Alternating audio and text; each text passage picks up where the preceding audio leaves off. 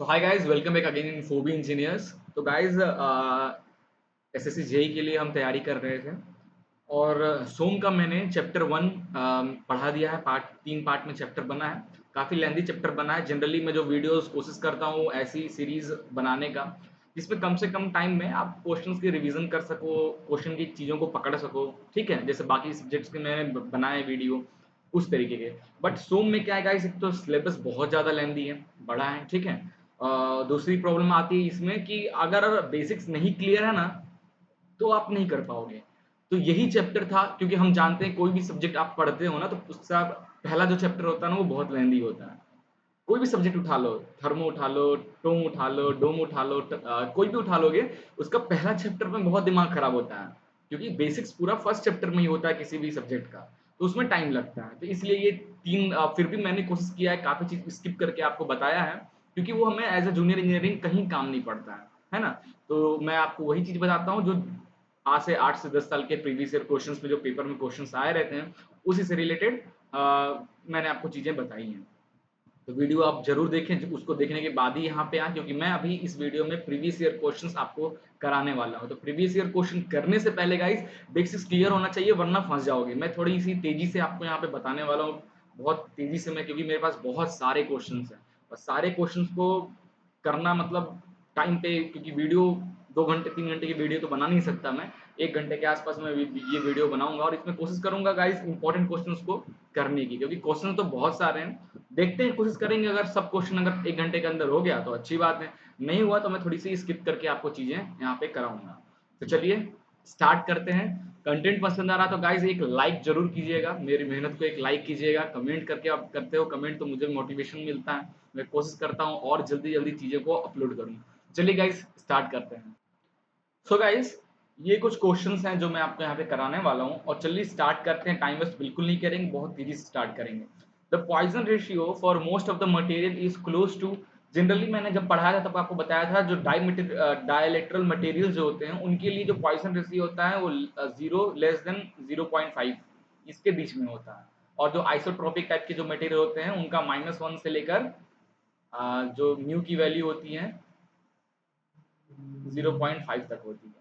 0.5 maximum है, तो ये 1/2 को आप जब डिवाइड करोगे ना तो 0.5 आएगा। तो ये आंसर टिक नहीं करना है। इसमें पूछा रेशियो पूछा है ऑफ द मटेरियल, जनरली पूछा, मैक्सिमम चीजें नहीं, मैक्सिमम पॉइंट नहीं पूछा कितना होना चाहिए। तो यहाँ पे इस क्वेश्चन का आंसर गाइज ये भी सही है, इस क्वेश्चन का आंसर ये भी सही है और इस क्वेश्चन का आंसर ये भी सही है। तीनों सही है, क्योंकि तीनों को डिवाइड करोगे तो 0 से 0.5 के अंदर ही वैल्यू आएगी। 0.3 की वैल्यू 0.2 के आसपास, 0.4 की वैल्यू 0.25 के आसपास, 0.5 की वैल्यू 0.33 के आसपास, सब इसके अंदर ही आ रही है। तो अपन तीनों में से कोई भी आंसर सही कर सकते हैं। बट गाइज मैंने देखा है, गूगल वगैरह पे भी सर्च मारोगे आप और भी जगह देखो, मैंने काफ़ी देखा है इसके बारे में। तो मैक्सिमम जगह पे गाइज लिखा गया है कि 1:3 और 4 सही है, 5 भी सही है। बट ज़्यादातर लोग क्या करते हैं, 1:1 जो 3 है, इसको सही आंसर टिक करते हैं। तो हो सके तो आप भी इसको करना। अगला क्वेश्चन है guys, true stress represents the ratio. तो गाइस एक हम पढ़ते हैं इंजीनियरिंग स्ट्रेस, है ना, उसको अपन लिखते हैं लोड अपॉन एरिया लिखते हैं। और जो ट्रू स्ट्रेस होता है ना गाइस, ट्रू स्ट्रेस होता है एट पर्टिकुलर इंस्टेंट पे क्या चेंजेस हुआ है। ट्रू स्ट्रेस वो होता है एट पर्टिकुलर इंस्टेंट पे। तो अपन कह सकते हैं कि instantaneous pressure, sorry instantaneous load upon instantaneous area.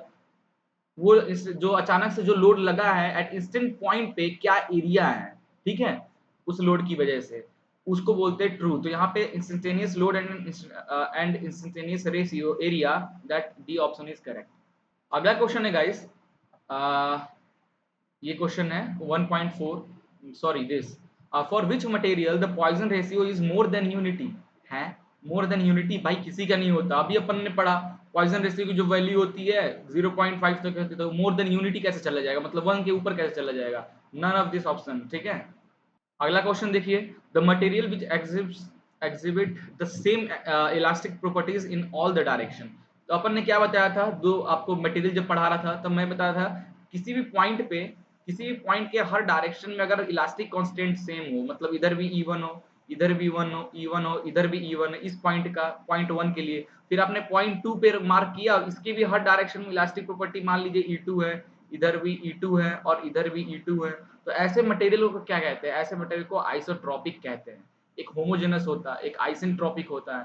तो ये जो मटेरियल होता है कि एक ही पॉइंट के हर डायरेक्शन में इलास्टिक प्रॉपर्टी सेम होते हैं, आइसोट्रोपिक बोलते हैं। मैं बहुत डिटेल में इसमें बताया हूँ, चाहो तो आप हमारे वीडियोस देख सकते हो जो मैंने पार्ट 1, पार्ट 2, पार्ट 3 बनाया है। ठीक है, आई थिंक पार्ट 2 में आपको मिल जाएगा। अगला क्वेश्चन है 1.5, this question, Poisson ratio is defined as the ratio of, generally याद करो पॉइजन रेशियो क्या होता, lateral strain upon longitudinal strain. आप यही लिखते थे, क्योंकि हम पॉइजन रेशियो किस तरीके से लिखते हैं कि जो हमारा लेटरल स्ट्रेन होता है वो डायरेक्टली प्रोपोर्शनल होता है लॉन्गिट्यूडनल स्ट्रेन के। जब ये इनको मैं इक्वल करूंगा तो एक टर्म आ जाता है बीच में, दैट इज म्यू और ई लॉन्गिट्यूडनल, और mu is equal to E lateral upon E longitudinal, है ना। तो ये होता है पॉइजन रेशियो। बट यहाँ पे गाइस आपको कहीं पे नहीं दिख रहा होगा that is lateral strain upon longitudinal strain, कहीं भी नहीं दिख रहा होगा, है ना। तो स्ट्रेस के टर्म में आप ये लिख सकते हो कि lateral stress upon longitudinal stress is known as Poisson ratio. Stress के टर्म में आप ये ऑप्शन सही कर सकते हो। अगला क्वेश्चन देखते हैं, tensile strength, this question, tensile strength of a material is obtained by dividing the maximum load during the test by the maximum load. क्या होता है tensile strength? Maximum load upon original cross sectional area. Option B इसका सही answer हो जाएगा, original cross sectional area. आगे बढ़ते हैं ना, percentage reduction of area in performing tensile test on cast iron may be the order of. ना, क्या बोल रहा है, कास्ट आयरन। दो तरीके का हम जनरली आयरन स्टोन में देखते हैं। एक होता है कास्ट आयरन के बारे में ज्यादातर क्वेश्चन बनता है, एक माइल्ड स्टील। माइल्ड स्टील नाम लगता है कि कोमल होगा, ठीक है, माइल्ड स्टील। तो माइल्ड स्टील की जो गाइस हमारा स्ट्रेस स्ट्रेन डायग्राम बनता है, माइल्ड स्टील का स्ट्रेस स्ट्रेन डायग्राम जो बनता है कुछ इस तरीके का बनता है ना। ये हमारा इल्ड पॉइंट होता है, ये हमारा इलास्टिक पॉइंट होता है, ये हमारा प्रोपोगेशन पॉइंट होता है, ये हमारा फ्रैक्चर पॉइंट होता है, ये मेरा अल्टीमेट पॉइंट होता है। बट कास्ट आयरन क्या है, ये ब्रिटल का नहीं, ब्रिटल नेचर का होता है, ब्रिटल नेचर का होता है, क्लियर है। और इसका अगर स्ट्रेस स्ट्रेन डायग्राम देखोगे, ब्रिटल किसी भी ब्रिटल मटेरियल का स्ट्रेस स्ट्रेन डायग्राम देखोगे तो वो सिर्फ यहीं तक रहता है, जो पी पॉइंट है ना, प्रोपोगेशन पॉइंट तक ही रह जाता है, यहीं पे बिखर जाता है, इल्ड तक भी नहीं जाता। तो इसमें क्या बोला, टेंसाइल, और आप ब्रिटल मटेरियल में टेंसाइल लोड टेस्ट लगा रहे हो, टेंसाइल टेस्ट तो परसेंटेज क्या जीरो ही निकलेगा ना यार। आप टेंसाइल लोड लगाओ तुरंत टूट जाएगा, वो इल्ड तक भी नहीं जा रहा है, ठीक है, तो ऑप्शन 0%। अगला क्वेश्चन देखिए, in a tensile test on mild steel specimen, this question, the breaking stress as compare to ultimate tensile. एक बार में ये आंसर आपको आना चाहिए। माइल्ड स्टील का स्ट्रेस स्ट्रेन डायग्राम अभी मैं बना के दिखाया, किस तरीके का होता है, इस तरीके का होता है ना। ये होता है, ये पॉइंट को हम लोग कहते हैं फ्रैक्चर पॉइंट, और इस पॉइंट को बोलते हैं अल्टीमेट पॉइंट। तो ये देखो अल्टीमेट पॉइंट की वैल्यू क्या है, ज्यादा है, और फ्रैक्चर मतलब यही इसी को ब्रेकिंग का कम है, तो ऑप्शन बी इसका हो जाएगा लेस। ये क्वेश्चन 9, ये तो बचपन से पढ़ते ही आ रहे हो, the property of material to regain its original shape after deformation when the external force are removed. क्या होगा, ऑप्शन बी इलास्टिसिटी, ठीक है। आगे बढ़ते हैं, which of the curve is best situated for linear elastic hardening plastic material. Option C. ये जो process अभी ये मैं आपको नेक्स्ट चैप्टर का ये क्वेश्चन एक्चुअली आ गया है, अपन स्ट्रेस स्ट्रेन का और डिटेल में जब पढ़ेंगे, या फिर आपने अगर प्रोडक्शन इंजीनियरिंग पढ़ा है तो उसमें बहुत अच्छी तरीके से आप जानते हो, ये जो पार्ट होता है, ये एक्स्ट्रा जो पार्ट है, यही हार्डनिंग, ये होता है हमारा किसी भी मटेरियल का हार्डनिंग प्रोसेस, है ना, इन प्लास्टिक मटेरियल में। तो ये इसलिए मैंने इस ऑप्शन को सी को सही करा है, ठीक है। आगे देखते हैं।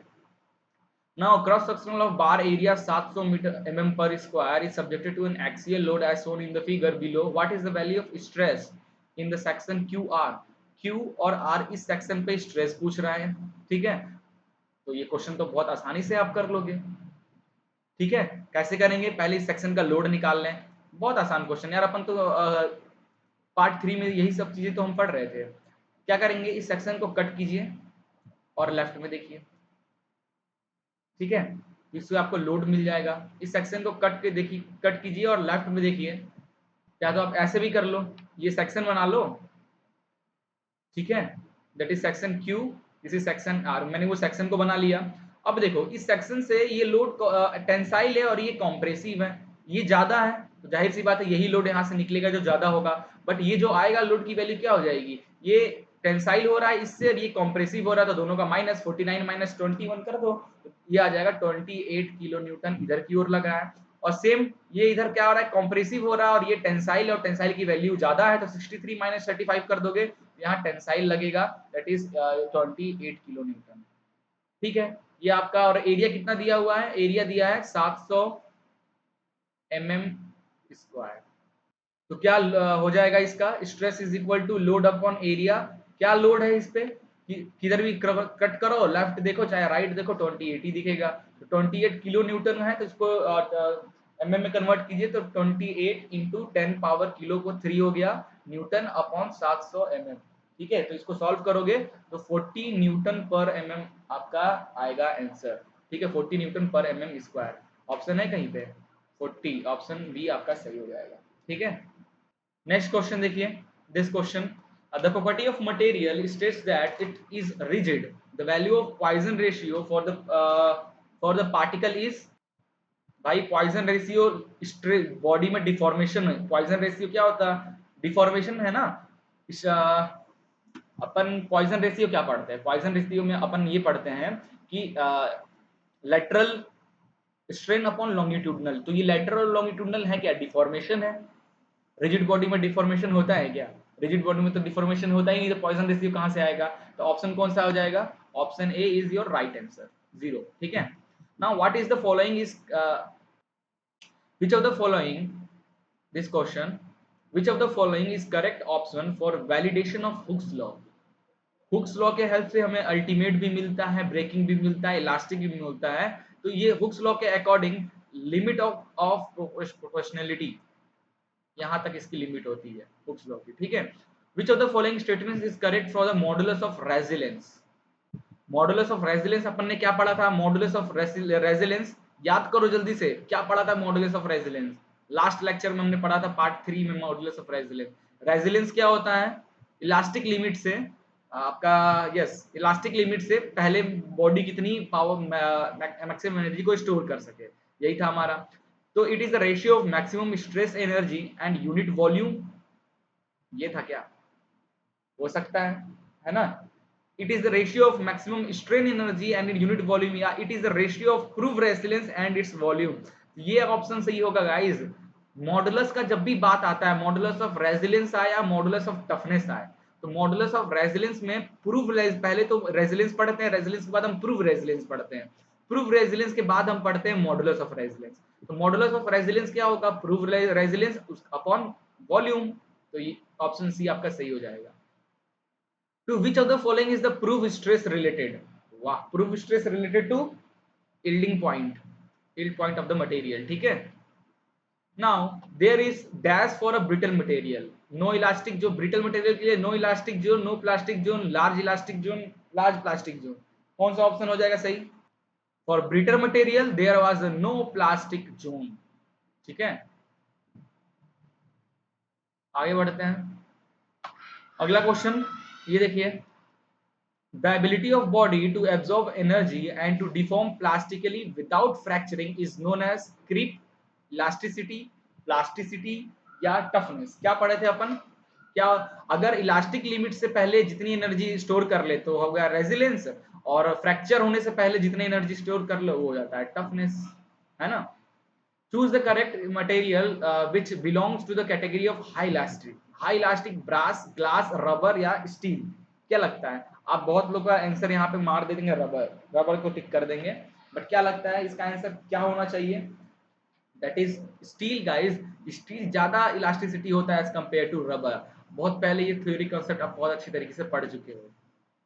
Which of the following shows the correct graph of the stress strain curve for an ideal elastic strain hardening material? ये elastic stress strain hardening material, ठीक है, मटेरियल के हार्डनिंग के लिए ना हमेशा ग्राफ इस तरीके का ऊपर वाला ग्राफ बनता है, इस तरीके जो ग्राफ दिख रहा है ऊपर की ओर ऐसा भागा हुआ, इलास्टिक जोन, इलास्टिक क्योंकि ये हमारा है पी पॉइंट और ये इलास्टिक जोन, तो इलास्टिक जोन पे मतलब हार्डनिंग कर रहे हो इसलिए ये कर्व इस तरीके से बना हुआ है। ठीक है, तो ऑप्शन सी सही हो जाएगा। Choose the correct option for the satisfied of Hooke's law, stress that is proportional to strain, this। ठीक है, आगे बढ़ते हैं। A solid can resist which of the following stress, solid, tensile, shear, compressive या all of this? क्या लगता है क्या ऑप्शन हो जाएगा? इतना आसान क्वेश्चन है यार, ऑल ऑफ दिस। कोई भी सॉलिड बॉडी हो, टेंसाइल भी होगा, उस पर एक्ट हो सकता है, कॉम्प्रेसिव भी एक्ट हो सकता है, शियर भी एक्ट हो सकता है। Now, the maximum value of shear stress in thin-walled cylindrical vessel of diameter d and the subjected to internal pressure P is given as maximum shear stress पूछा है thin-walled cylindrical vessel का। तो अभी हमने अपने लेक्चर में shear stress से related ज़्यादा चीज़ें नहीं पढ़ा है, ठीक है। shear अभी हमने सिर्फ एक्सियल लोड के कारण एक्सियल स्ट्रेस पढ़े हैं, फिर हम बेंडिंग पढ़ेंगे, फिर shear पढ़ेंगे। तो अभी इस क्वेश्चन को रहने देते हैं, बट अगर आपको आंसर जानना है तो आंसर हो जाएगा PD अपॉन 4T लोड, ठीक है, अपॉन एरिया। तो लोड अपॉन एरिया क्या हो जाएगा? 4T अपॉन D, ठीक है। नाउ आगे बढ़ते हैं। Which of the following is a dimensionless quantity? Dimensionless Poisson ratio सबसे अच्छा ऑप्शन लग रहा है यहाँ पे, क्योंकि पॉइजन रेशियो क्या होता है? Lateral elongation upon longitudinal elongation, दोनों mm में होगा, चाहे दोनों मीटर mm कट जाएगा डिवाइड में, ठीक है। Now percentage elongation during tensile test is indicative of ductility, ठीक है। इलोंगेशन टेस्ट जनरली उसके साथ करेंगे भाई जो डक्टाइल होगा। Now, on the application of a given load, the length of a wire is stated to increase by 1 mm if the same force is now applied to a wire of same material but the length and radius twice the first. The extension produced would be। अच्छा question है, जबरदस्त जबरदस्त, क्या आसान तो है। Elongation का formula, deformation का फॉर्मूला क्या बताइए जल्दी से? PL अपॉन AE, क्लियर है। तो PL, एरिया क्या हो जाएगा? वायर की बात करें तो वायर क्या सिलिंड्रिकल शेप का होता है, वायर सिलिंड्रिकल का शेप का हो जाए होता है pi by D, sorry pi by 4 D का पावर 2, ठीक है। ये 4 ऊपर चला जाएगा, नीचे आ जाएगा पाई डी स्क्वायर इंटू इलास्टिसिटी, ये रह जाएगा। ये दिया है 1 mm, शुरू में था, ठीक है, मटेरियल का 1 mm था।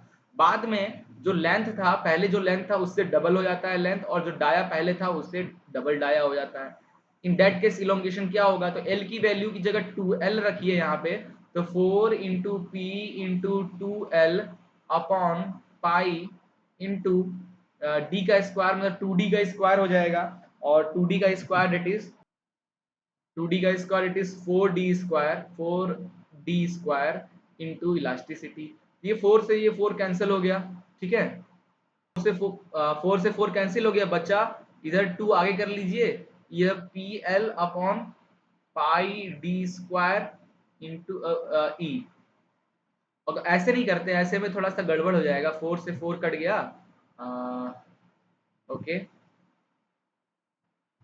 ऐसे करेंगे, ऐसे अगर हम करेंगे तो रिलेट नहीं कर पाएंगे हम, हमारे पास इसकी वैल्यू कहाँ से आएगी? नहीं आएगी ना। तो अपन इसको इस तरीके से रिलेट करते हैं। देखिए ये था, हम अपन 4 को 4 से कट नहीं कर रहे हैं, इस 4 में से 2 में बाहर ले रहा हूँ, इस 4 में से 2 1/2 में बाहर ले लिया, तो अंदर क्या बच जाएगा? अंदर बच जाएगा हमारा दैट इज 4P, ऊपर वाला 2, और ये एक 2 में बाहर ले ले, तो एक 2 तो यहाँ पे होगा, तो उससे कट जाएगा, बचेगा 4P L upon pi D square E, ये रह जाएगा। क्लियर है? इस तरीके से रह जाएगा।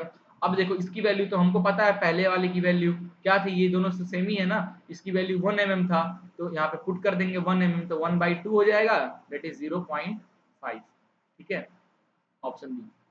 अगला क्वेश्चन है, this question: consider a bar of length L and tapering uniformly for diameter D2 to D1 and subjected to axial load W. The extension of bar।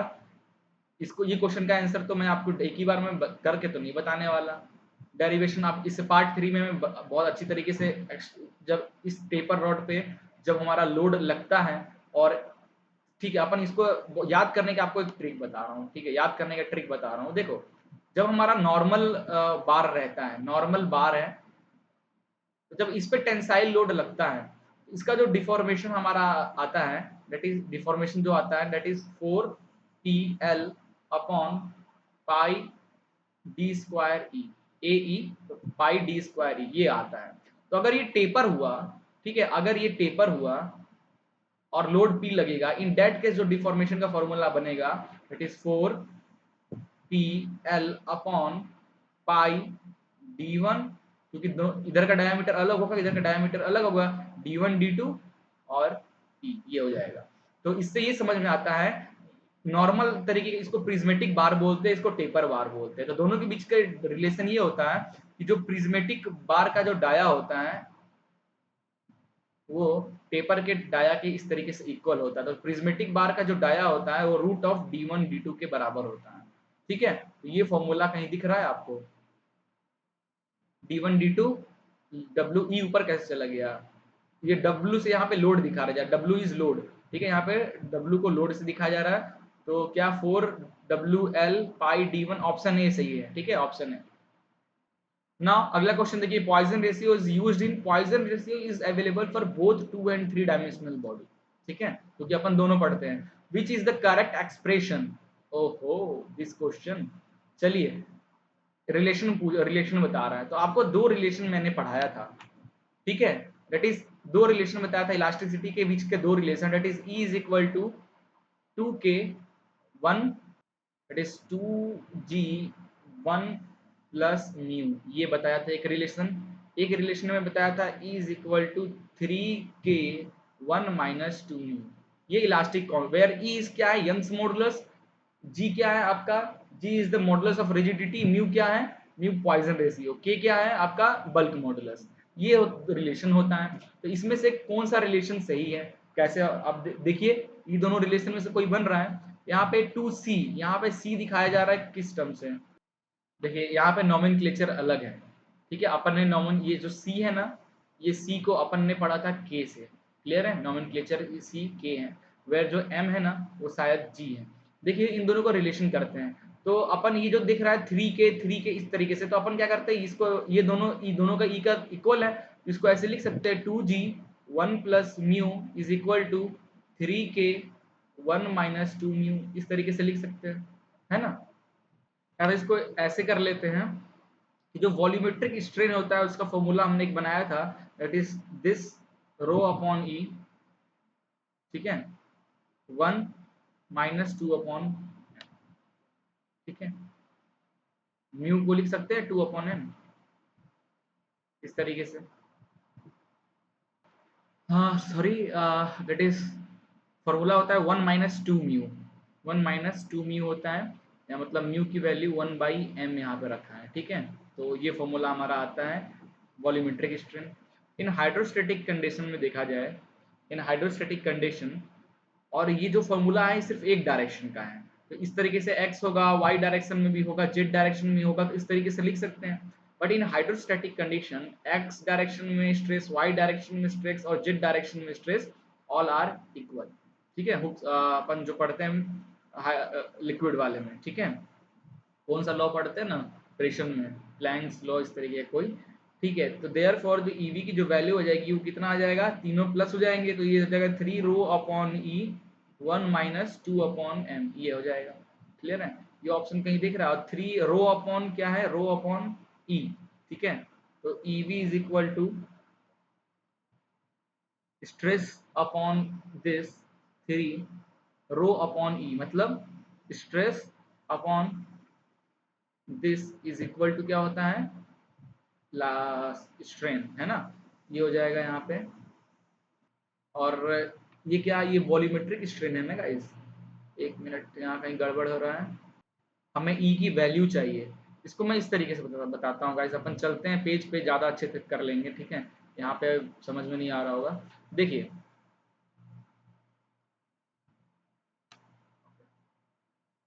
Okay, तो वॉल्यूमेट्रिक एफिशिएंसी होती है del V upon V in हर direction में, X Y और Z direction के लिए अपन ने डेरिवेशन करके निकाला था, that is E 1 minus 2 upon N. But in hydrostatic case, hydrostatic में अगर किसी मॉलिक्यूल को देखते हैं तो उसके हर डायरेक्शन में जो होता है स्ट्रेस विल बी सेम। तो this is Y is equal to Z which is equal to this, तो यहाँ पे पुट करेंगे तो ये हो जाएगा 3 this upon E 1 minus 2 M, 2 upon M, ये हो जाएगा which is equal to this. हमें ई की वैल्यू चाहिए, तो ई मैंने इधर कर देता हूँ, तो 3 stress upon volumetric strain 1 minus 2 upon M. Stress upon volumetric strain हो क्या होता है? Bulk modulus. Stress upon volumetric strain क्या होता है? बल्क मॉडुलस होता है, जिसको हम के से दिखाते हैं, that is 1 minus 2 upon M. ये आंसर आपका हो जाएगा इलास्टिसिटी। ठीक है, ये ऑप्शन कहीं पे दिख रहा है आपको? आई थिंक नहीं दिख रहा होगा, कहीं पे नहीं है। तो इसमें से आंसर है ही नहीं, जो मैं करके आपको बताया वही आंसर है। ठीक है, क्वेश्चन ये ऑप्शन इसमें गलत दिए हुए हैं। आगे बढ़ते हैं। Hooke's law holds goods up to, अभी हमने देखा लिमिट ऑफ प्रोपोर्शनैलिटी तक। ठीक है, आगे बढ़ते हैं क्वेश्चन में। The percentage reduction in area in case of iron in cast iron when it is subjected to cast, अभी हमने किया था 0% यार। कास्ट आयरन में टेंसाइल लोड लगाएंगे तो कास्ट आयरन तो ब्रिटल होता है, तो टूट जाएगा, कोई परसेंटेज इलोंगेशन होगा ही नहीं। When a wire is stretched to double in length, the longitudinal strain produced in it, longitudinal strain पूछ रहा है गाइस, ध्यान देना, क्वेश्चन में घबराना नहीं है। पहले जो लेंथ था, इनिशियल जो लेंथ था, initial length of wire L I था। ठीक है, बाद में उसको ट्वाइस कर दिया, तो फाइनल जो लेंथ हो गया वो कितना हो गया? फाइनल लेंथ जो हो गया वो कितना हो जाएगा? 2L हो जाएगा। इनिशियल लेंथ अगर L था तो फाइनल लेंथ 2L हो गया, डबल हो गया। तो लॉन्गिट्यूडनल स्ट्रेन क्या होगा? लॉन्गिट्यूडनल स्ट्रेन क्या होता है guys? Final strain, final length upon initial length upon original length, यही ना? तो फाइनल लेंथ कितना है? 2L minus L upon original length, that is L। ये हो जाएगा L upon L which is equal to 1। Option है ऑप्शन बी। ठीक है, बट गाइस अगर इसी क्वेश्चन में सेम, इसमें तो लॉन्गिट्यूडनल स्ट्रेन पूछा आपसे, बट इसी क्वेश्चन में सिर्फ डिफॉर्मेशन पूछता, सिर्फ स्ट्रेन पूछता कि बताओ स्ट्रेन क्या होगा, ना लॉन्गिट्यूडनल बोल रहा है ना लेटरल बोल रहा है, सिर्फ पूछ रहा है स्ट्रेन क्या होगा। स्ट्रेन क्या होता है? Change in deformation upon original length. तो चेंज कितना हुआ? पहले चेंज कितना होगा? दैट इज 2L का आपने चेंज किया। ठीक है, पहले L था फिर 2L होगा, तो माइनस करोगे तो L ही तो एक्स्ट्रा आया है अपॉन L। तो इस तरीके स्ट्रेन बी का भी आंसर यहाँ पे 1 आ रहा है। कुछ कुछ केस में अलग वैल्यू आती है अगर अलग पॉइंट आए तो। आगे बढ़ते हैं। If equal and opposite force applied to a body tends to elongate it, the stress so produced is called internal resistance, tensile, transverse stress या कॉम्प्रेसिव स्ट्रेस? इसका आंसर बताइए। इक्वल एंड अपोजिट जब आप लगाओगे, ये बॉडी है, इस body के इधर भी आप लोड लगा रहे हो और इधर भी लोड लगा रहे हो, इधर इस डायरेक्शन में, इधर इस डायरेक्शन में, है ना? तो उस पर किस तरीके का लोड एक्ट हो रहा है? टेंसाइल स्ट्रेस यार। To if equal and opposite force applied to a body tends to elongate करना है, इलोंगेट कर रहे हो तो टेंसाइल ही लगा रहे होगे, जाहिर सी बात। ठीक है, आगे बढ़ते हैं। The strain energy stored in a body due to direct stress F is, क्या हो जाएगा? कौन सा फॉर्मूला सही है यहाँ पे? वॉल्यूम तो होगा इनटू वॉल्यूम, ये तो सही है, लेकिन अपन याद करो अपन ने क्या पढ़ा था स्ट्रेन एनर्जी का फॉर्मूला। कितना आसान आसान क्वेश्चन है और कितना कंफ्यूज करता है। तो स्ट्रेन एनर्जी होता है 1/2 लोड इनटू डिफॉर्मेशन। ठीक है, तो strain energy is equal to 1/2 load, deformation क्या होता है नॉर्मल बार के लिए, एक नॉर्मल बॉडी के लिए? It is PL upon AE, ये होता है हमारा। ठीक है, तो ये इसमें से ये टर्म अगर देखोगे ध्यान से, तो इसमें क्या करते हैं अपन, ऊपर भी a मल्टीप्लाई कर देते हैं, नीचे भी a मल्टीप्लाई कर देते हैं, तो ये हो जाएगा 1/2 P स्क्वायर और नीचे a स्क्वायर, और ऊपर एक a आ जाएगा AL अपॉन, सॉरी, ऊपर आ जाएगा यस AL अपॉन E आ जाएगा। ठीक है, तो लोड स्ट्रेस क्या होता है? लोड अपॉन एरिया, बट यहाँ तो लोड अपॉन एरिया का स्क्वायर है, तो विच इज इक्वल टू 1/2, और स्ट्रेस को यहाँ पे F से दिखाया जा रहा है, तो अपन इसको क्या लिख सकते हैं? स्ट्रेस का स्क्वायर या F का square into PL upon E, sorry not P, it's AL upon E, है ना? ये ऑप्शन कहीं दिख रहा है? और AL area, AL upon E क्या हो जाएगा? AL क्या हो जाएगा? AL एरिया इंटू लेंथ क्या होता है? वॉल्यूम। एरिया इंटू लेंथ होता है वॉल्यूम। देयरफॉर जो फॉर्मूला हमारा बन के आया 1/2, E को भी इधर ले आते हैं, F का स्क्वायर इंटू वॉल्यूम। तो ये ऑप्शन दिख रहा है ऐसा? आई थिंक ऑप्शन जो सी है वो सही है, जो फॉर्मूला का ऑप्शन जो सी है वो सही है। ठीक है, इसको मैं हटा देता हूँ ताकि आप अच्छे से देख लो। This option is your right answer. ठीक है, F square upon 2E into volume. ठीक है, modulus of rigidity, modulus of rigidity जिसको हम किससे दिखाते हैं? G से। तो modulus of rigidity is the ratio of axial stress to lateral strain. Modulus of rigidity जो है ना, ये किस में आता है, याद करो जल्दी से। रिजिडिटी की बात करें तो मॉडुलस ऑफ रिजिडिटी गाइस, जब हम शियर स्ट्रेस से रिलेटेड चीजें पढ़ते हैं तब, और शियर स्ट्रेस जो होता है वो शियर स्ट्रेन के इक्वल होता है, मतलब डायरेक्टली प्रोपोर्शनल होता है। मॉडुलस ऑफ रिजिडिटी, देखो हमने 4 इलास्टिसिटी पढ़ी थी। सबसे पहला इलास्टिसिटी पढ़ी थी जब नॉर्मल स्ट्रेस की वजह से, तो normal stress directly proportional to strain, तो नॉर्मल स्ट्रेस अपॉन स्ट्रेन क्या आता था, के क्या होता था हमारा, यंग्स मॉडुलस।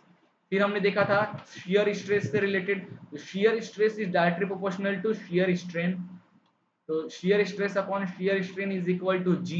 ये जी क्या होता था, मॉडुलस ऑफ रिजिडिटी। तो कौन सा ऑप्शन सही हो जाएगा, option C, shear stress upon shear strain, ठीक है, मॉडुलस ऑफ रिजिडिटी। और दो हम पढ़े थे, हम एक पॉइजन रेशियो पढ़े थे जो मैं तब से बता रहा हूँ, उसके बाद एक हमने बल्क मॉडुलस पढ़ा था, ये भी बता दिए। बल्क मॉडुलस क्या होता है, load upon volume, sorry volumetric strain, EV, ठीक है। हाइड्रोस्टैटिक प्रेशर, ये जो लोड है, ये जो पी लोड है, ये नॉर्मल लोड नहीं, it is a hydrostatic pressure, ठीक है। आगे देखते हैं, the elastic constant E G and K are related by E G और के। ई जी के का कोई रिलेशन है, अगर आप ध्यान से देखोगे तो दो इलास्टिसिटी का फॉर्मूला हम पढ़ते हैं, that is E is equal to two, is equal to two G one plus mu. यहाँ पे ई तो है, जी है, के नहीं है। दूसरा जो इलास्टिसिटी का रिलेशन होता है वो होता है 3k1 - 2 म्यू। तो यहाँ पे ई है, के है, जी नहीं है, तो अपन क्या करते हैं ना, दोनों को इक्वेट कर देते हैं, उनके बीच का रिलेशन बनाते हैं। तो क्या करो, यहाँ से म्यू की वैल्यू, इस इक्वेशन से म्यू की वैल्यू निकाल लो, म्यू को इधर रहने दो, बाकी सारे टर्म को इधर ट्रांसफर कर दो, है ना, और वो म्यू की वैल्यू यहाँ पे पुट कर दो, तो आपका एक रिलेशन बन के आएगा। जो रिलेशन आपका आएगा that is this, is equal to 9 GK/3K+G, ये आपका रिलेशन आएगा, ठीक है, कर लेना इसको।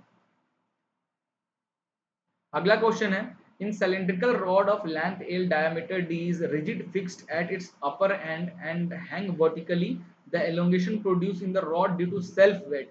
सेल्फ वेट का एक टॉपिक पढ़ाया था। जनरली सेल्फ वेट जो आता है गाइस, वो हमारा सोम का एग्जेप्शन है कि बॉडी वेट हम नहीं कंसीडर करेंगे, बट मैंने आपको एक बताया था, डेरिवेशन नहीं कराया था, जस्ट आपको बताया था क्या, अगर रिलेशन बताया था क्या रिलेशन होता है। तो सेल्फ वेट की वजह से दोनों के बीच में रिलेशन क्या होता था, अगर सोम का रिलेशन, सोम के अकॉर्डिंग इलोंगेशन का फॉर्मूला निकालते थे तो अपन निकलता था लोड एल अपॉन ए, ठीक है, और सेल्फ वेट की वजह से जो फॉर्मूला इलोंगेशन का निकलता था वो हाफ निकलता था इसका, इट इज 2 AE, ये निकलता था, ठीक है। तो ये ऑप्शन कहीं दिख रहा है, ऑप्शन बी आपका सही हो जाएगा, ठीक है।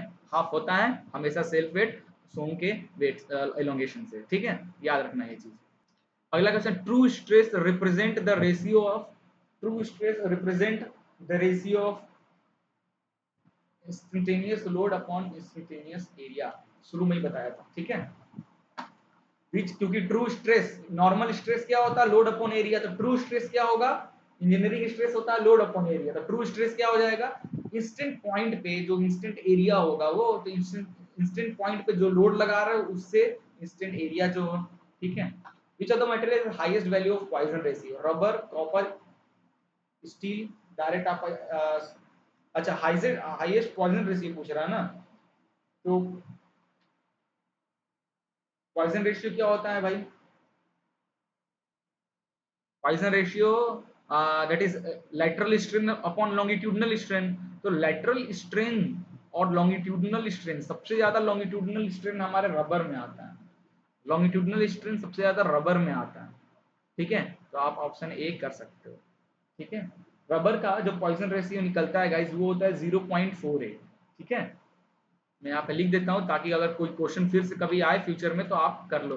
रबर का जो पॉइजन रेशियो की जो वैल्यू आती है वो आती है 0.5, इस तरीके से याद कर लो। कॉपर के जो आता है वो आता है 0.35। कंक्रीट का जो पॉइजन रेशियो आता है वो आता है 0.10 से लेके 0.20 तक। स्टील की जो आती है उसकी वैल्यू आती है इट इज 0.26 से लेकर 0.30 तक। तो ये पॉइजन रेशियो रबर स्टील ये सब का है, तो याद रखना। और सबसे ज्यादा इसमें किसका दिख रहा है? रबर का, इसलिए रबर सही होगा। आइए चलते हैं। The deformation per unit length in the direction of the force is known as direction of the force. ठीक है, deformation per unit length in the direction of force क्या हो जाएगा भाई? जल्दी से आंसर बताइए इसका। यस यार, linear strain longitudinal strain, that linear strain longitudinal एक ही चीज है। ठीक है, लेटरल क्या होता है? परपेंडिकुलर, अगर फोर्स के परपेंडिकुलर ही अगर डिफॉर्मेशन होता तब। Now in a tensile test of a specimen, the ratio of maximum load to the original cross sectional area of the test piece is called, एक ही बार में आंसर दो यार, अल्टीमेट स्ट्रेस। टेंसाइल टेस्ट कर रहे हो किसी स्पेसिमेन का, मैक्सिमम लोड मतलब अल्टीमेट लोड किसी भी बॉडी का upon original cross section area, तो क्या होगा? अल्टीमेट स्ट्रेस ही देगा, ultimate load upon ultimate stress. Maximum load it is a term of ultimate load. ठीक है, a steel bar is fixed at both end. If the bar is heated, it will develop thermal stress, tensile stress, bending stress। क्या होगा जल्दी से बताइए? Thermal stress तो मैं आपको बताया कि डेवलप तो होगा ही। थर्मल दो तरीके के, नॉर्मल स्ट्रेस होता है, मैकेनिकल स्ट्रेस और थर्मल स्ट्रेस। हीट कर रहे हो, दोनों तरफ से फिक्स है वो बार, हीट कर रहे हो तो थर्मल स्ट्रेस ही बढ़ेगा। लेकिन थर्मल स्ट्रेस की वजह से टेंसाइल टाइप का, कॉम्प्रेसिव या बेंडिंग, अगर दोनों तरफ से बार फिक्स है तो दैट इज कॉम्प्रेसिव स्ट्रेस। दोनों तरफ से बार फिक्स है इसलिए कॉम्प्रेसिव स्ट्रेस डेवलप होगा। बार अगर खुला होता है एक तरफ से तो टेंसाइल स्ट्रेस और बेंडिंग डेवलप होता है। ठीक है, now the value of Poisson ratio is always less than 0.5। ठीक है, stress due to change in temperature developed in a bar depends on stress due to change in temperature developed in a bar depends on coefficient of thermal expansion। Upon topic पढ़े थे। ठीक है, coefficient of thermal expansion that is alpha. ठीक है, और क्या formula आता है भाई? अगर आपको डिफॉर्मेशन थर्मल स्ट्रेस के टर्म में डिफॉर्मेशन क्या आता है बॉडी का डिफॉर्मेशन क्या आता है? Alpha, coefficient of thermal expression जो चेंजेस हुआ है, ठीक है, इनटू जो ओरिजिनल लेंथ था। ये फॉर्मूला याद रखना डिफॉर्मेशन थर्मल का। और जो हम नॉर्मल का मैकेनिकल डिफॉर्मेशन क्या आता है नॉर्मल का? पीएल अपॉन ए। ये दोनों फॉर्मूला याद है, थर्मल के केस में और ये मैकेनिकल या नॉर्मल के केस में, जब लोड की वजह से जो होता है। आगे बढ़ते हैं भाई, इधर कर लिए क्या इसको? For a material with Poisson ratio 0.25, the ratio of modulus of rigidity to modulus of elasticity will be. एक ही बार में रिलेशन बना लो ना जल्दी से।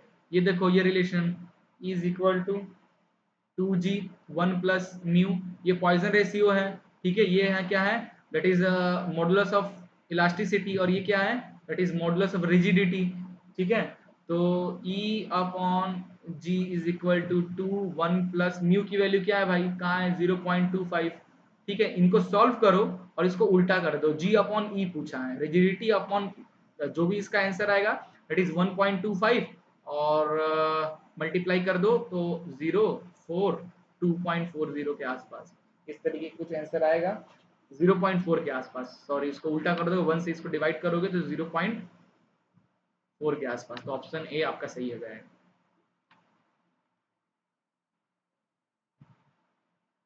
If equal and opposite force applied to a body tends to elongate tensile यार। Poisson ratio is defined as the lateral strain to the longitudinal, yes, this option strain के term में।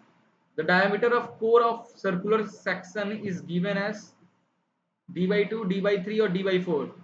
जल्दी से बताइए जल्दी इसका।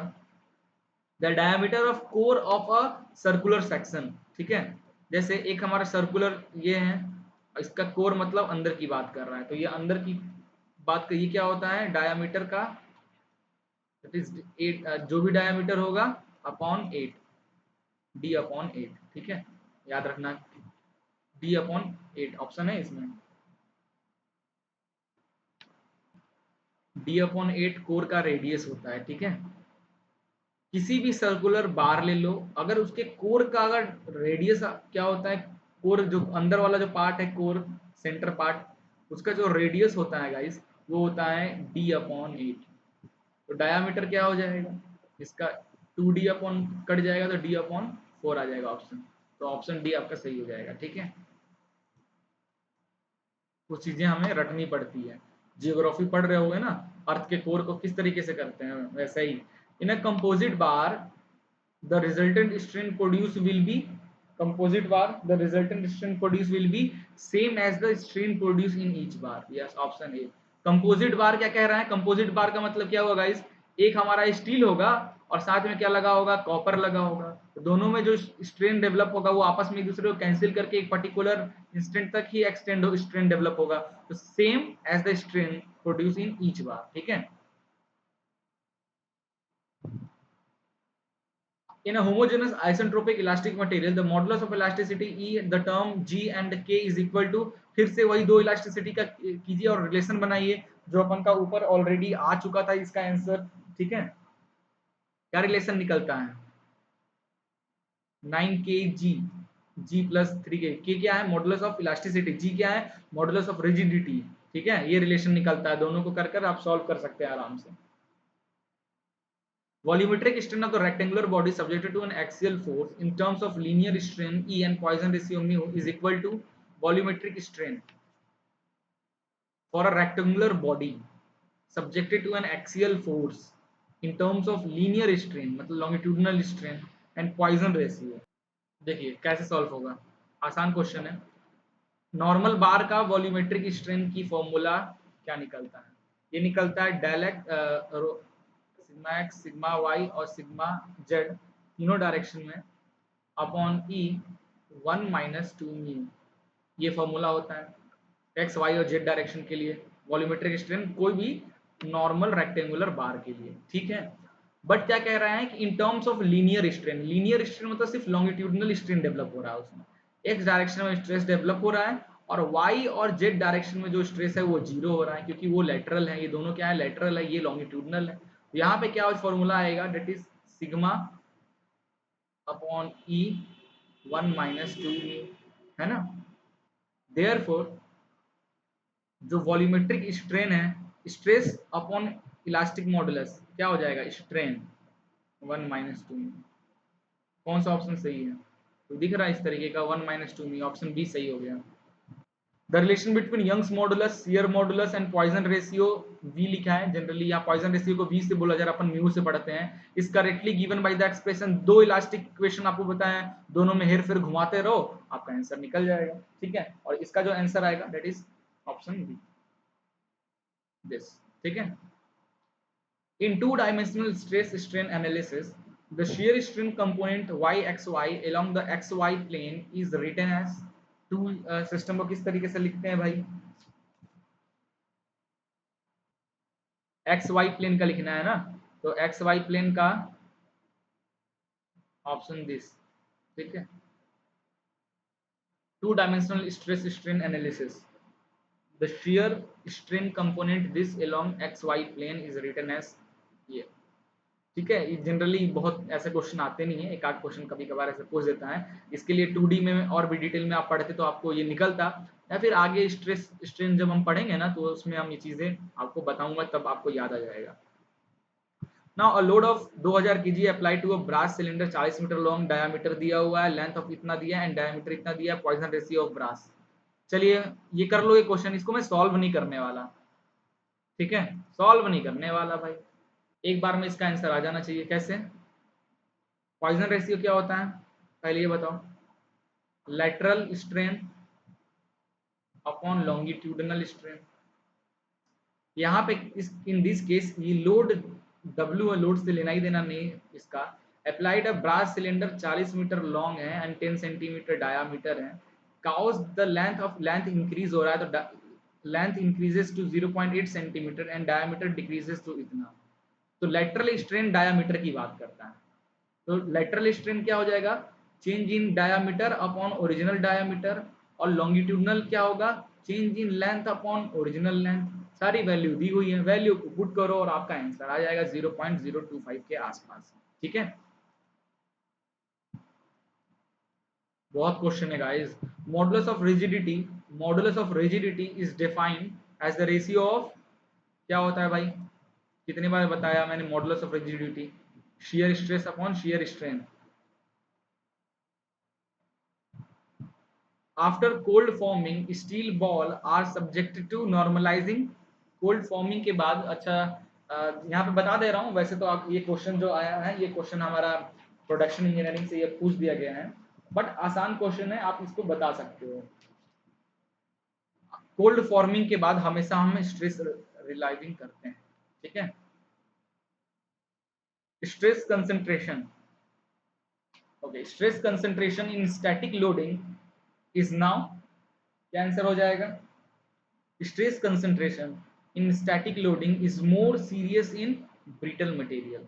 जाहिर सी बात है, ब्रिटल मटेरियल के लिए ज्यादा सीरियस है, तुरंत टूट जाएगा ज्यादा स्ट्रेस लगाओगे तो, है ना।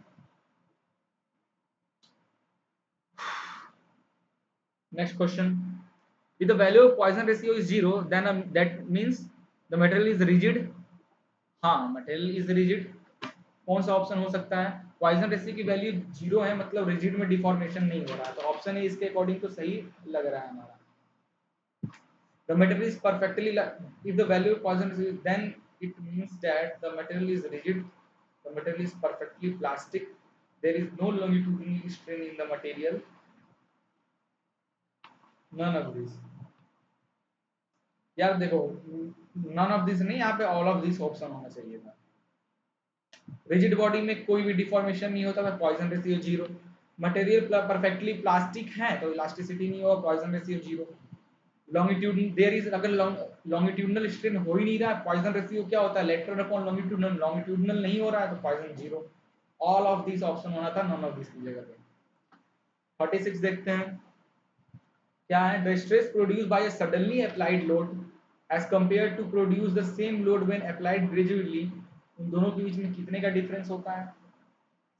ग्रेजुअली और इम्पैक्ट लोड अगर पड़ रहा है, दोनों के बीच में ट्वाइस का अंतर होता है, ठीक है। अपन ये चीज भी किए थे जब मैं आपको पढ़ा रहा था इम्पैक्ट डायनेमिक लोड, उसमें मैंने स्टैटिक ग्रेजुअली लोड का फॉर्मूला लिखा था, है ना, सेकंड लेक्चर में आई थिंक, या सेकंड लेक्चर में, और उसमें मैंने इम्पैक्ट का भी ट्वाइस आता है उसका, मैं लिख देता हूँ।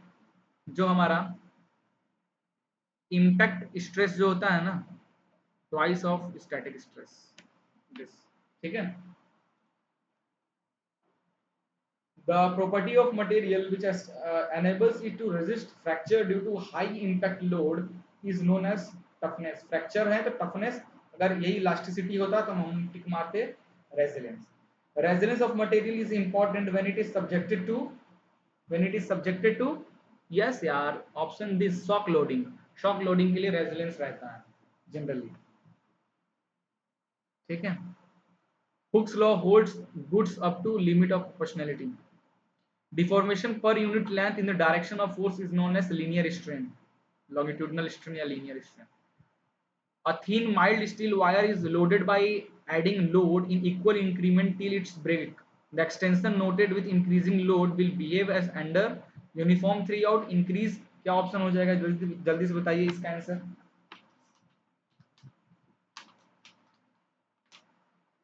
थिन माइल्ड स्टील का वायर है, लोड लगा रहे हो by adding load in equally, 2 kilo रखे फिर 2 किलो न्यूटन फिर 2 न्यूटन, इस तरीके से लगा रहे हो, एंड टिल इट ब्रेक, जब तक वो ब्रेक ना हो जाता है। इस तरीके के लोड को क्या बोलेंगे? Noted with increasing load will behave as under increase uniformly first and then increase rapidly. जो होता है जनरली हर इलास्टिक बॉडी में, शुरू में इंक्रीज होगा यूनिफॉर्मली, जैसे जैसे लोड बढ़ाओगे अचानक तेजी से इंक्रीज होगा और वो टूट जाएगा। For steel, the ultimate strength in shear as compared to tension is nearly, ultimate strength in shear as compared to tension is nearly to, इसका आंसर क्या हो जाएगा? That is 2/3 हो जाता है, ठीक है। थ्योरी ऑफ फेलियर पढ़े तो ये अच्छे से समझ में आ जाता। तो ultimate shear strength, ultimate shear strength की जो वैल्यू होती है वो होती है 2/3 of ultimate strength in tension, ठीक है, SUT टेंशन, ये वैल्यू होता है। तो कितना होता है? 2/3, ये याद रखना। अगला क्वेश्चन देखिए 4.3। In case of elastic bar fixed at upper end and loaded by a falling weight at lower end, the shock load produce can be decreased by, impact load की बात कर रहे हैं। अगर याद होगा तो आपको मैं इम्पैक्ट लोड जब पढ़ा रहा था इस तरीके से एक बार होता है, एक कॉलर लगा होता है उस पे, ठीक है, और यहाँ पे वेट लगा होता है ना। जब ये एक्ट करता है तो इससे इम्पैक्ट फैक्टर जनरेट होता है, जिसका फॉर्मूला क्या होता है इम्पैक्ट फैक्टर का, इट इज 1 + √ऑफ 1 + 2h, जिस हाइट से ये गिरा है वो h अपॉन स्टैटिक डिफॉर्मेशन, जो स्टैटिक डिफॉर्मेशन ये होता है ना। और जो स्टैटिक डिफॉर्मेशन होता है किसी भी बार का, जो स्टैटिक डिफॉर्मेशन होता है वो आप जानते हो, डेट इज PL/AE।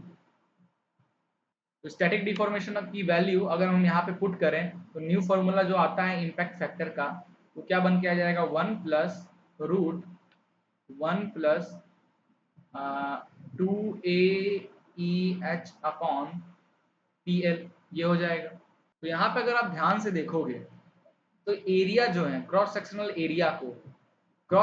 एरिया अगर डिक्रीज हो रहा है तो ये रूट में है ना, तो जो भी वैल्यू आएगी कमी आएगी, जाहिर सी बात है। तो क्या होगा कि जो एक क्रॉस सेक्शनल एरिया है, क्रॉस सेक्शन एरिया को जैसे जैसे आप कम करोगे तो यहाँ पे एरिया और क्रॉस सेक्शनल एरिया और इम्पैक्ट फैक्टर के बीच में जनरली जो रिलेशन है कि क्रॉस सेक्शनल एरिया जैसे जैसे कम करते जाओगे आप, तो जो स्टॉक लोड है, मतलब जो इम्पैक्ट लोड है, इम्पैक्ट फोर्स है, वो भी कम होता जाएगा। डायरेक्टली प्रोपोर्शनल है ना, impact factor is directly proportional to cross section area. तो इस कॉलर का क्रॉस सेक्शन एरिया जैसे कम कर दोगे उस आपका इम्पैक्ट का असर भी कम हो जाएगा। तो ऑप्शन कौन सा, ऑप्शन ए ज्यादा सही है, decrease the cross sectional area of bar. Clear है, इस तरीके से इसको सॉल्व करना है। आगे देखिए, now if the load W is applied instantaneously on the bar in the cross sectional A, then the stress induced in the bar is roast case will be, ठीक है, इंस्टेंटेनियस अप्लाइड किया है, मतलब generally impact यहाँ भी generate हो रहा है, यहाँ भी इम्पैक्ट फैक्टर वाला फॉर्मूला का यूज करेंगे। ठीक है, तो इम्पैक्ट में गाइस क्या होता है, जो इम्पैक्ट स्ट्रेस की जो फॉर्मूला होती है ना, इम्पैक्ट स्ट्रेस का, जो इम्पैक्ट स्ट्रेस जो होता है वो इक्वल होता है स्टैटिक स्ट्रेस के इनटू इम्पैक्ट फैक्टर के इक्वल होता है। ठीक है, स्टैटिक स्ट्रेस क्या होता है, load upon area into impact factor. Impact factor हमें यही इम्पैक्ट स्ट्रेस निकालना है। ठीक है, then stress induced in the bar, impact stress यही निकले, इंस्टेंटेनियस लोड अप्लाई कर रहे हो तो इम्पैक्ट होगा, मतलब इम्पैक्ट स्ट्रेस डेवलप होगा। और इम्पैक्ट स्ट्रेस होता है static stress, that is load upon area into impact factor. Impact factor का जो फॉर्मूला अभी हमने देखा था क्या था, 1 + √1 + 2h अपॉन स्टैटिक डिफॉर्मेशन। ठीक है, तो इंस्टेंटेनियस मतलब h will be 0। If let us assume if h will be 0 in instantaneous applied load, in that case the overall value of the impact factor will become to 2। ठीक है, and we put here for 2 we get 2W/A। तो option है 2W/A, option C सही हो जाएगा। अगला है strain is defined as the ratio of D और the option are correct, change in volume to original, change in length के case volumetric strain, longitudinal strain, cross section हो रहा है तो ये lateral strain. The unit of Young's modulus, Young's modulus क्या आता है भाई, यंग्स मॉडुलस का पहले बताइए क्या आता है। Young's modulus that is K which is equal to, sorry it's not K is the bulk modulus यार, K is the bulk modulus। Young's modulus मतलब E की बात कर रहा है, which is stress upon strain। Stress क्या होता है भाई, स्ट्रेन तो mm में होगा या फिर किसी में भी होगा, है ना, बट स्ट्रेस की यूनिट, स्ट्रेस का जनरली क्या होता है, load upon area, KG upon area मान लेते हैं, लोड को केजी में और एरिया को मान लेते हैं सेंटीमीटर में। इलोंगेशन में मान लीजिए सेंटीमीटर में हो रहा है, तो इन दैट केस क्या हो जाएगा, केजी पर सेंटीमीटर स्क्वायर। अगर आप केजी पे ना कर न्यूटन पर मीटर भी लिखते हो ना, न्यूटन जैसे न्यूटन पर मीटर लिखते हो, तो इलोंगेशन भी मीटर में होगा तो न्यूटन पर मीटर स्क्वायर, है ना। ये ऑप्शन भी है नहीं, तो ये डी ऑप्शन केजी के टर्म में ज्यादा सही है। During a tensile test on specimen of 1 centimetre, cross sectional area दिया हुआ है 1 centimetre, maximum load observed was 8 ton maximum load है। ठीक है, and area of cross sectional at neck was 0.5, ultimate tensile strength of the specimen is, तो ultimate tensile पूछा है ना, अल्टीमेट टेंसाइल स्ट्रेंथ, तो मतलब अल्टीमेट टेंसाइल स्ट्रेंथ पूछा है, और it is ultimate tensile strength which is equal to maximum load upon original cross sectional area. ठीक है, तो मैक्सिमम लोड है 8 टन और original cross section area 1 centimetre, answer आ जाएगा क्या आपका, that is 8 ton per centimetre square. ठीक है, नेक्स्ट से लेना देना नहीं, अल्टीमेट जो होता है ना गाइस वो ओरिजिनल से लेना देना होता है। यील्ड की नहीं बात कर, यील्ड जब होता है ना गाइस तब क्या होता है, पार्ट पहले मान लीजिए पहले इस तरीके का है, आप लोड लगा रहे हो इस पे और इस पे, तो उसकी थिकनेस पहले कम होगी इस तरीके से, है ना, और थिकनेस कम होगी इस तरीके से, यहाँ पे एक नेक बनेगा और फिर कट होगा। तो जब यील्ड की बात करेंगे तब ये जो इस टाइम पे जो इसकी एरिया है, ट्रू स्ट्रेस की बात करेंगे, ट्रू स्ट्रेंथ की बात करेंगे, तब हम जो टूटने टाइम मतलब जो क्रॉस सेक्शनल एट नेक टूटने टाइम पे जो एरिया है हम यूज करेंगे कब, ट्रू के केस में। बट यहाँ पे ट्रू नहीं पूछा गया है, सिंपल वैल्यू पूछा गया है, तो आप ओरिजिनल वाला जो रहता है वही यूज करते हैं इंजीनियरिंग की तरह। ठीक है, कोई ऑप्शन है इसमें, 8 टन, ऑप्शन बी सही हो जाएगा। ठीक है, which of the false statement about stress strain method. Okay, इसका आंसर जल्दी से बताइए, क्या आंसर हो जाएगा। यस यार, it which of the false statement about stress strain method, it does not exist है, पहला ही ऑप्शन। ठीक है, the total elongation, the total elongation produce in a bar uniform section, तब से मैं बता रहा हूँ इलोंगेशन फॉर्मूला, बट यहाँ पे सेल्फ वेट से पूछ रहा है, produce by weight, on weight के थ्रू, ऑन वेट के थ्रू, तो मैंने क्या बताया था, जो भी नॉर्मल इलोंगेशन होता है उसका हाफ हो जाएगा। ठीक है, that is del W L upon 2 AE हो जाएगा। ठीक है, तो इसका आंसर हो जाएगा half the weight of bar applied to the lower end. ठीक है, अ रॉड ऑफ डायमेंशन दिया हुआ है, this is carrying a axial tensile load, the tensile stress will be, क्या होगा भाई, एरिया दिया है, load 10 upon area 20 into 20, kilo को कन्वर्ट करो तो 10 इंटू 10 पावर 3 अपॉन 40 400, है ना, 10 into 10 power 3 upon area 20 into 20 400, solve करोगे तो आपका जो आंसर आएगा वो आ जाएगा लगभग 25 के न्यूटन के आसपास, 25। ठीक है, which term states the SI unit of stress, newton per mm square. ठीक है,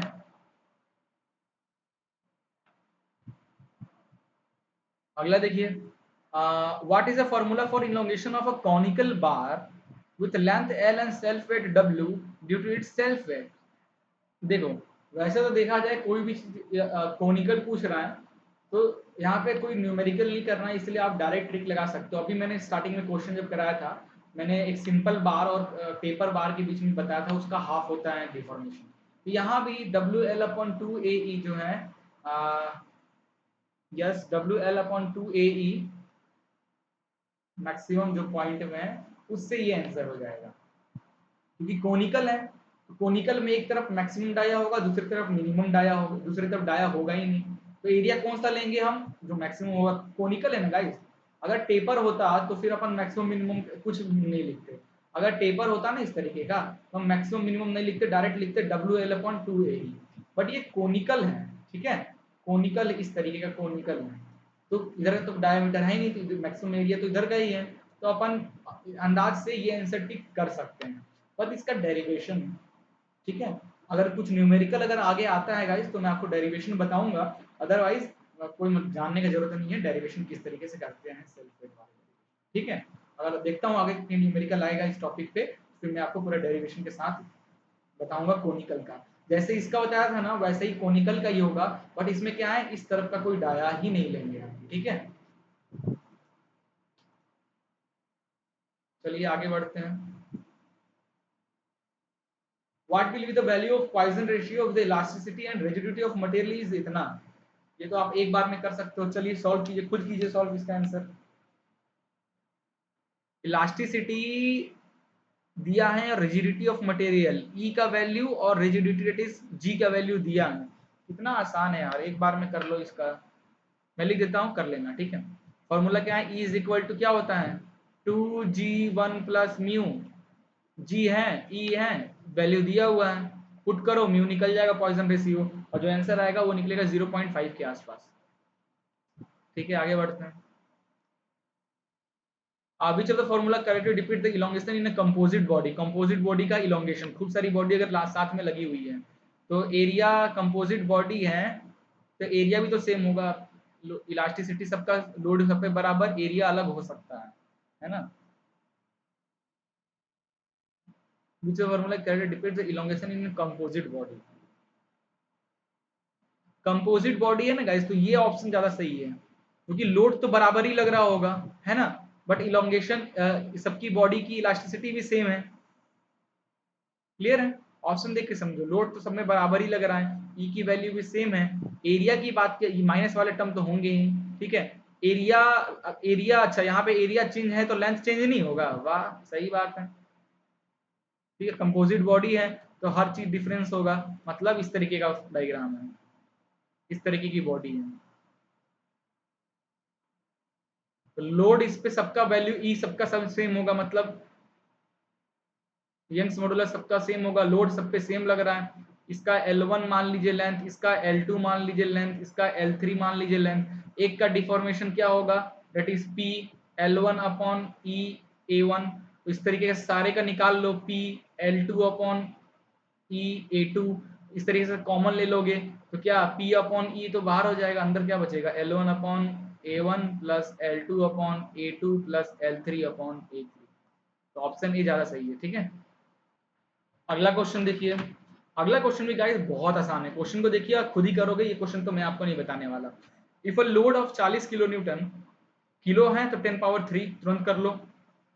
एरिया दिया है तो 40 into 10 power 3 load upon area 10 into 20 that is 200। 40 into 10 power 3 upon 200, काम करो, इससे आंसर आपका आ जाएगा अप्रोक्सीमेट 200 मेगा पास्कल के आसपास, दिस ऑप्शन, ठीक है। What will be the thermal stress developed in the rod having diameter दिया है इतना, length दिया है, it experience heating from temperature इतना to इतना, the coefficient of thermal expansion is this and Young's modulus is this। आसान question है, एक ही बार में कर लोगे। क्या होता है फॉर्मूला भाई, थर्मल स्ट्रेस का जो फॉर्मूला होता है, ठीक है, थर्मल स्ट्रेस, और इसको यस, थर्मल स्ट्रेस का जो फॉर्मूला होता है क्या होता है, alpha del T upon alpha del T E. क्योंकि थर्मल इलोंगेशन का जो फॉर्मूला होता है वो होता है alpha del T into L. तो स्ट्रेस क्या हो जाएगा, that is load upon area, ठीक है। कैसे हुआ क्लियर नहीं हुआ, आइए मैं एक बार अच्छे से आपको बता दूं कि थर्मल से एक क्वेश्चन, अभी तक एक ही क्वेश्चन मिला है।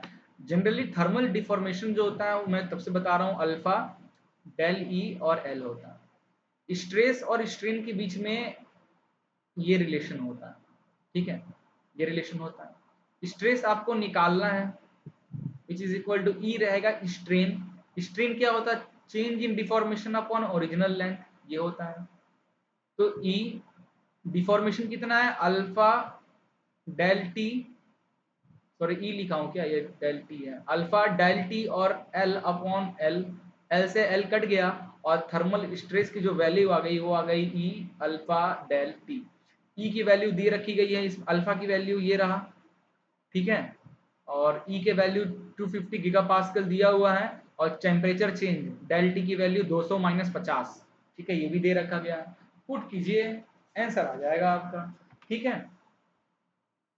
और जैसे ये गीगा पास्कल है, 250 गीगा पास्कल है तो 250 पास्कल में कन्वर्ट, गीगा मतलब 10 पावर माइनस 6 पास्कल में कन्वर्ट कर लीजिएगा। टेम्परेचर है 200 में से 50 गया तो आपका डेल टी की जो वैल्यू आ जाएगी 150 डिग्री सेल्सियस, ठीक है।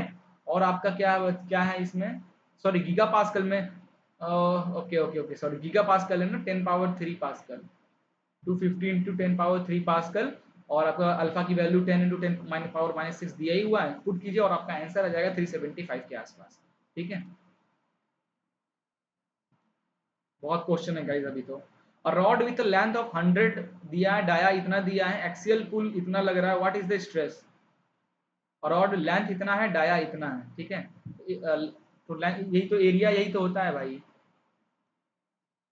ऐसे क्वेश्चन बताऊंगा तो क्या रह जाएगा, लोड अपॉन एरिया, लोड कितना है 50 इंटू 10 पावर 3, एरिया क्या हो जाएगा pi by 4 D square, length से आपको लेना ही देना नहीं, सिर्फ डायमीटर चाहिए। डाया क्या है 4 सेंटीमीटर है, तो इसको आप एमएम में कन्वर्ट कर लीजिए, क्योंकि हमारा ये किलो न्यूटन जो है ना, न्यूटन पर एमएम आता है, तो इसको सेंटीमीटर को एमएम में कन्वर्ट कर लेंगे तो 40 एमएम हो जाएगा, कि 1 centimetre is equal to 10 mm, तो 4 सेंटीमीटर इज 40 एमएम। तो यहाँ पे पुट कर दीजिए, it is 50 into 10 power 3 upon pi by 4 into 40 का स्क्वायर, सॉल्व कीजिएगा तो आपका आंसर आ जाएगा 40 के आसपास, ठीक है। Which of the following is not considered as basic type of compressive strain, shear strain, ये दोनों होते हैं। अगला ऑप्शन क्या है, एरिया स्ट्रेन, ये बेसिक टाइप का स्ट्रेन नहीं है। वॉल्यूम मिल जाता है आपको, ठीक है, generally compressive shear, but area जो है वो बेसिक नहीं है। आगे देखिए relation, correct relation, E equal to 3k minus 2u 3e is equal to 3k, ये ऑप्शन सही है, ठीक है। The elongation in steel bar having square cross sectional है, डायमीटर एरिया ये दिया है, diameter cross sectional of diameter this, तो एरिया हो जाएगा 40 इंटू 40 इस टू, एक minute, the elongation in A steel bar having, अच्छा ये इलोंगेशन डेल का वैल्यू दिया हुआ है 2.5, एरिया दिया हुआ है this, subjected an axial compressive load P. If the length of the bar is 4 metre, the modulus of elasticity E and what is the value of load कितना है ये निकालना। आसान है guys, elongation is equal to PL upon AE। क्या बोला, load निकालना है तो P को यहीं रहने दो, elongation AE upon L, elongation दिया है कितना 2.5 mm, एरिया दिया है 40 इंटू 40 मतलब 1600 mm, ई की वैल्यू दिया है 250 गीगा पास्कल ले, तो उसको 250 इंटू 10 पावर 3 पास्कल कर लेना। लेंथ दिया है कितना 4 मीटर, तो इसको भी एमएम में कन्वर्ट कर लेना। Okay, that is 4 into 10 power 3 mm हो जाएगा। सारी वैल्यू को पुट कीजिए, आंसर आपका 250 के आसपास आ जाएगा। Calculate the value of modulus of elasticity पूछा है, पॉइजन रेशियो दिया है, मॉडुलस ऑफ रिजिडिटी दिया है। क्या इलास्टिसिटी इज इक्वल टू होता है 2 modulus upon 1 minus, sorry 1 plus mu. G की वैल्यू दिया है, म्यू की वैल्यू दिया है, पुट करो, आंसर डायरेक्ट आ जाएगा, कोई ट्रांसफर चेंजेस नहीं करना है, ठीक है, डायरेक्ट आंसर आ जाएगा। और आंसर की जो आएगी दैट इज 200, ठीक है, तो ये 200 ऑप्शन बी आपका सही हो जाएगा। आगे देखते हैं, ये क्वेश्चन देखिए, स्टील रॉड हुज डाया दिया है 2 सेंटीमीटर डाया दे रखा गया है, एंड लेंथ दे रखा गया है 2 लॉन्ग, हीटिंग डेल्टी की वैल्यू दे रखी गई है, कोफिशिएंट ऑफ अल्फा की वैल्यू दे रखी गई है, the thermal stress developed is इतना, what is the value of Young's modulus capital E की। तो अभी मैंने रिलेशन बनाया था, that is alpha del T E निकला था, यही ई तो फाइंड करना है। थर्मल दैट इज स्ट्रेस की वैल्यू दे रखी है ना 288 मेगा पास्कल है ना, तो into 10 power minus 6 upon alpha आ जाएगा, अल्फा की वैल्यू दिया है 12 into 10 power minus 6 into del T 150 minus 130 that is 120 है ना। बस पुट करो, ई की वैल्यू निकल जाएगी और वो आएगी लगभग 200 के आसपास, ठीक है। इतना आसान आसान क्वेश्चन है गाइस, एक ही क्वेश्चन 10 बार 10 तरीके से पूछा जा रहा है। 63 देखिए, choose the incorrect condition for the thermal stress. It is function of coefficient of thermal, yes. It is function of temperature rise, yes. It is function of modulus of rigidity, yes. It is a function of modulus of rigidity. Elasticity की function तो rigidity कहाँ से, g कहाँ से आ गया, फॉर्मूले में भी हम देखा alpha equal to stress is equal to alpha del T E आता है, ये ऑप्शन डी इसका आंसर है, जो कि नहीं होता है, ठीक है। और स्टील बार का डायमेंशन दिया, मतलब इस सबको मल्टीप्लाई कर दोगे तो एरिया हो जाएगा, is free to expand is heated, del T की वैल्यू दे रखी गई है, what is a stress, E की वैल्यू नहीं दी है। स्टील बार डायमेंशन इतना है, if free to expand is heated to इतना, what stress shall be developed, tensile stress, no stress, shear stress और थर्मल और कंप्रेसिव स्ट्रेस। क्वेश्चन को समझो, कंफ्यूज कर रहा है देकर बहुत सारे। और स्टील बार है डायमेंशन इतना है, free to expand, free expand हो रहा है ना गाइस, जब कोई चीज फ्री एक्सपेंड, स्ट्रेस क्या होता है, stress is equal to resisting force. अपन स्ट्रेस जो पढ़ते हैं लोड अपॉन एरिया, वो एक्चुअल है क्या, स्ट्रेस इज इक्वल टू होता है जो internal resisting force upon area. तो जब फ्री एक्सपेंड हो रहा है, उसको रोकने के लिए कोई आपने बार या कोई हिंज पॉइंट लगाया ही नहीं है, तो रेजिस्ट कैसे करेगा, तो एक्सपेंड क्या होगा, नो स्ट्रेस डेवलप होगा, there will be no stress, ठीक है, क्योंकि फ्री एक्सपेंशन हो रहा है। उसको रोकने के लिए आसपास आपने कुछ फिक्स पॉइंट लगाया ही नहीं है जिससे आपको रेजिस्टेंस मिले। What is the SI unit of Poisson ratio, क्या होता है भाई पॉइजन रेशियो का एसआई यूनिट, जल्दी से बताइए। यस, यूनिट लेस होता है भाई, लेटरल अपॉन लॉन्गिट्यूडनल, दोनों का एमएम मीटर मीटर या सेंटीमीटर सेंटीमीटर होगा, कट के यूनिट लेस ही हो जाएगा। ये क्वेश्चन देखिए, cross sectional bar of area 700 mm square is subjected to an axial load as shown in the figure, what is the value of stress in the section R S. R और S section पे पूछा है कि भैया stress बताओ कितनी होगी। सबसे अच्छा मेथड है, आर एस का पूछा है ना, इसको कट कर दो और पास वाली चीजों को देखो, राइट में देखो, राइट की तरफ देखो क्या दिख रहा है, 21 किलो न्यूटन का, 21 किलो न्यूटन का कॉम्प्रेसिव सेक्शन मेथड से ये आ गया load. Stress is equal to load upon area. Load दिया है 21 किलो मतलब 10 पावर 3 अपॉन एरिया क्या है, क्रॉस सेक्शनल एरिया दिया है 700 mm। बस आ गया 330 के आसपास आपका आंसर आ जाएगा। एक ही बार में सॉल्व हो गया गाइस इसका आंसर, ठीक है। आसान मेथड है, मेथड ऑफ सेक्शन बहुत आसान होता है, ठीक है। What will be the change in length steel bar having square cross section area दिया है 40 इंटू 50 1600 mm हो गया। एक्सियल लोड कंप्रेसिव नेचर का लोड दिखाया, लेंथ ऑफ द बार इतना दिया है, मॉडुलस ऑफ इलास्टिसिटी इतना दिया है। What is change in length, अरे यार एक ही बार में आंसर रखो ना। Del is equal to P L upon A ई, है ना। पी कितना दिया है 250, तो 250 इंटू किलो में तो 10 पावर 3 इंटू लेंथ कितना है भाई, लेंथ देखो 4 मीटर दिया है, तो mm में कन्वर्ट कर लो तो 4 into 10 power 3 mm upon area 40 into 40 that is 1600 mm into क्या है ई की वैल्यू कितनी दी है 250 गीगा पास्कल, तो 250 इंटू 10 पावर 3 पास्कल। ओके, बस पुट करो 2.5 आंसर आ जाएगा ऑप्शन ए। आगे देखते हैं, choose the correct option for the equation of elongation of uniform rod having L due to self weight, half होता है सेल्फ वेट, ये हो जाएगा W L upon 2 A E, option D, ठीक है। Del is equal to half W L upon 2 A E होता है ना, यस। तो इसका आंसर हो जाएगा आपका सेल्फ वेट, एक मिनट,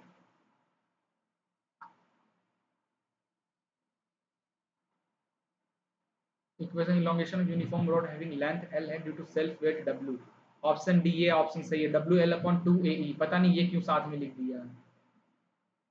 अच्छा हाँ, फिर लिखा तो डब्ल्यू एल अपॉन 2 ए ई, ये आंसर सही, ज्यादा सही है, ठीक है। आगे देखते हैं, ये क्वेश्चन देखिए, calculate the value of modulus of rigidity, तो पॉइसन रेशियो फिर से वही आ गया, relation E is equal to 2g 1 plus mu, G और इसकी वैल्यू दिया, पुट कीजिए आंसर डायरेक्ट निकल जाएगा, है ना। इसमें थोड़ा सा लॉजिक ये है, क्या दिया है आपके पास, पॉइसन रेशियो दिया हुआ है, मॉडुलस ऑफ इलास्टिसिटी दिया, और पूछा क्या है, मॉडुलस ऑफ रिजिडिटी पूछा है ना। तो निकाल नहीं लोगे easily, E is equal to 2g 1 plus mu होता है, जी की वैल्यू निकाल, मॉडुलस ऑफ रिजिडिटी ये हुआ मॉडुलस ऑफ इलास्टिसिटी, ये आपको निकालना है, तो बाकी वैल्यू पुट करो, आंसर निकल जाएगा आपका डायरेक्ट। इसका आंसर आएगा आपका दैट इज 80 न्यूटन, ठीक है। हाँ, choose the correct option, option D, ठीक है। Stress is inversely proportional to strength, ठीक है। स्टील रॉड हुज डायामीटर दिया है 2 centimetre, steel rod whose dia 2 centimetre and 2 metre long, length X heating इतना अल्फा की कोएफिशिएंट यंग्स मॉडुलस इतना, rod being restricted to its original position then the thermal stress will be, कुछ नहीं, वही है thermal stress, stress is equal to alpha del T E, सारी value दी है, पुट करो आंसर निकल आएगा डायरेक्ट 288 के आसपास। बार बार एक ही क्वेश्चन अलग अलग तरीके से पूछा जा रहा है, ठीक है। The condition for the thermal stress in a body, thermal stress alpha पे डिपेंड करता है, टेम्परेचर पे डिपेंड करता है, मॉडुलस ऑफ इलास्टिसिटी पे डिपेंड करता है। थर्मल स्ट्रेस अल्फा पे डिपेंड करता है, टेम्परेचर चेंज पे और ई पे डिपेंड करता है। Which of the following is correct answer, 1 2 and 3 both are correct, all option are correct, ठीक है। आगे चलते हैं, if the stress acting on a point is in three dimensional, then what is the number of component in the stress tensor required for defining that stress, number of component कितने होते हैं, याद करो, मैं पढ़ाया हूँ, जल्दी से याद करो, यस ऑप्शन 6, ठीक है। क्या होता है थ्री डायमेंशनल में जब एक्ट होता है ना गाइस, थ्री डी का अगर स्ट्रेस का आप लिखोगे तो क्या बनता है, यहाँ पे सिग्मा एक्स, सिग्मा वाई और सिग्मा जेड, ये tau X Y, tau X Z, ये बनता है टाउ वाई एक्स, ये आता है टाउ वाई जेड, ये आता है टाउ जेड एक्स, ये आता है टाउ जेड वाई। तो यहाँ पे 3 नॉर्मल स्ट्रेस हैं और बाकी के 1 2 3 4 5 6 क्या हैं हमारे, 3 नॉर्मल स्ट्रेस हैं और 6 हैं हमारे शेयर स्ट्रेस हैं। बट शेयर स्ट्रेस में भी जो कॉम्प्लीमेंट्री है, मतलब tau X Y is equal to tau Y X है, तो इस तरीके से ये दोनों इक्वल हैं, ये दोनों आपस में इक्वल है और ये दोनों इक्वल है, तो 3 ही हुए, 3 नॉर्मल स्ट्रेस हो गया और 3 शेयर स्ट्रेस हो गया, तो 3 + 3 6 स्ट्रेसेस हो गए, 6 आंसर। ठीक है, 9 मत कर देना, ये सिर्फ दिखाने के लिए है, ये आता है बट जो कॉम्प्लीमेंट्री होते हैं एक्स वाई और वाई एक्स ये इक्वल होते हैं इसीलिए 6, तो गलती से 9 मत कर देना। ठीक है, और स्टील, ये क्वेश्चन देखिए, स्टील रॉड उस डायमीटर दिया हुआ है 6 सेंटीमीटर, लेंथ दिया, एक्सपीरियंस हीटिंग टेम्परेचर इतना, the coefficient of thermal expansion is इतना, यंग्स मॉडुलस इतना, if the rod is not been restricted, तो रॉड में रिस्ट्रिक्ट हुआ ही नहीं तो स्ट्रेस डेवलप कैसे होगा, 0। ठीक है, इतना क्वेश्चन देने के आंसर निकल रहा है 0, क्योंकि रिस्ट्रिक्शन है ही नहीं ना। अब रिस्ट्रिक्शन है नहीं तो स्ट्रेस का अपोजिट बनेगा कैसे, स्ट्रेस क्या, इंटरनल रेजिस्टेंस तो पैदा ही नहीं होगा, आप कोई रिस्ट्रिक्शन दोगे तब तो इंटरनल। अब देखो, अब ये फ्री, ये है, ये फ्री एक्सपेंड हो रहा है, इसमें कोई भी स्ट्रेस डेवलप नहीं होगा। अब मैंने एक तरफ से क्या किया, ये कर दिया, तो ये अब लोड लगाओगे तो ये क्या करेगा, इसके कारण रिस्ट्रिक्ट करेगा, जाने नहीं देगा, पीछे की तरफ लगाएगा, तो ये हुआ इंटरनल रेजिस्टिंग फोर्स जो अपोजिट डायरेक्शन में लगता है, ये बिकॉज ऑफ फिक्स पॉइंट, ये रिस्ट्रिक्टेड है ही नहीं, 0। ठीक है, बस थोड़ा सा क्वेश्चन बचा है, मैं निपटाऊंगा पूरा। ठीक है, which of the following statement is true for the sudden loading. ठीक है, stress induce in sudden loading is double that of normal loading, हाँ पहला ही ऑप्शन सही है, अपन तब से ये पढ़ ही रहे हैं, stress induce in sudden loading is double that of normal loading. ठीक है, stress developed in impact loading that is twice of, that is greater than twice of static loading। ठीक है, which of the following correctly depicts the elongation PL upon AE है option कहीं पे, taper rod का half हो जाता है, WL² कहाँ से आ गया, PL अपॉन टेपर का, हाँ ये ऑप्शन सही है। ठीक है, पहले ही बता चुका हूँ किस तरीके से, स्टार्टिंग वाला ही क्वेश्चन था। Perfectly plastic material, which of the curve is best situated for linear elastic perfectly plastic, elastoplastic के लिए मटेरियल, के लिए इलास्टोप्लास्टिक मटेरियल का पूछ रहा है ना। इसका डायरेक्ट आंसर आप कर सकते हो ना, this hardening elastoplastic relation. Which of the equation correctly related the modulus of elasticity in terms of G and K, बहुत पहले से तब से हम लोग करते ही आ रहे हैं इसका आंसर। ठीक है, दैट इज सी, ये ऑप्शन सही हो जाएगा। अच्छा गाइस, बहुत देर से अपन करते आ रहे, बट मैं आपको इसका डेरिवेशन बता नहीं रहा हूँ, दोनों का बस लिख देना और रिलेशन आप खुद बना लो, बट मैं आपको इस टाइम पे रिलेशन बता ही देता हूँ जिसके आपको थोड़ी सी हेल्प हो ही जाए कि भाई ये हो कैसे रहा है। ठीक है, चलिए मैं इसका डेरिवेशन आपको बता ही देता हूँ, काफी लोग पूछते हैं इससे। देखिए, एक इलास्टिक कांस्टेंट का रिलेशन होता है E = 2G 1 + म्यू। ठीक है, इसको क्या लिख सकते हैं, यहाँ से म्यू को एक तरफ कर लीजिए, म्यू को एक तरफ कर लीजिए और बाकी सबको उधर कर दीजिए, तो ये आ जाएगा it is E/2G-1।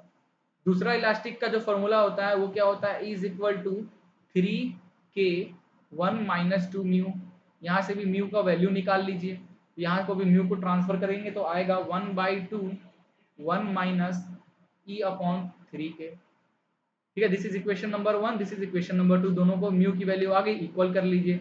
E/2G-1 is equal to 1/2 1 - E/3K, ये हो गया। ठीक है, नाउ इसको और सॉल्व कर लीजिए, ये हो जाएगा E/2G-1 which is equal to, इसको अंदर मल्टीप्लाई कर दीजिए तो 1/2 E/6K हो जाएगा।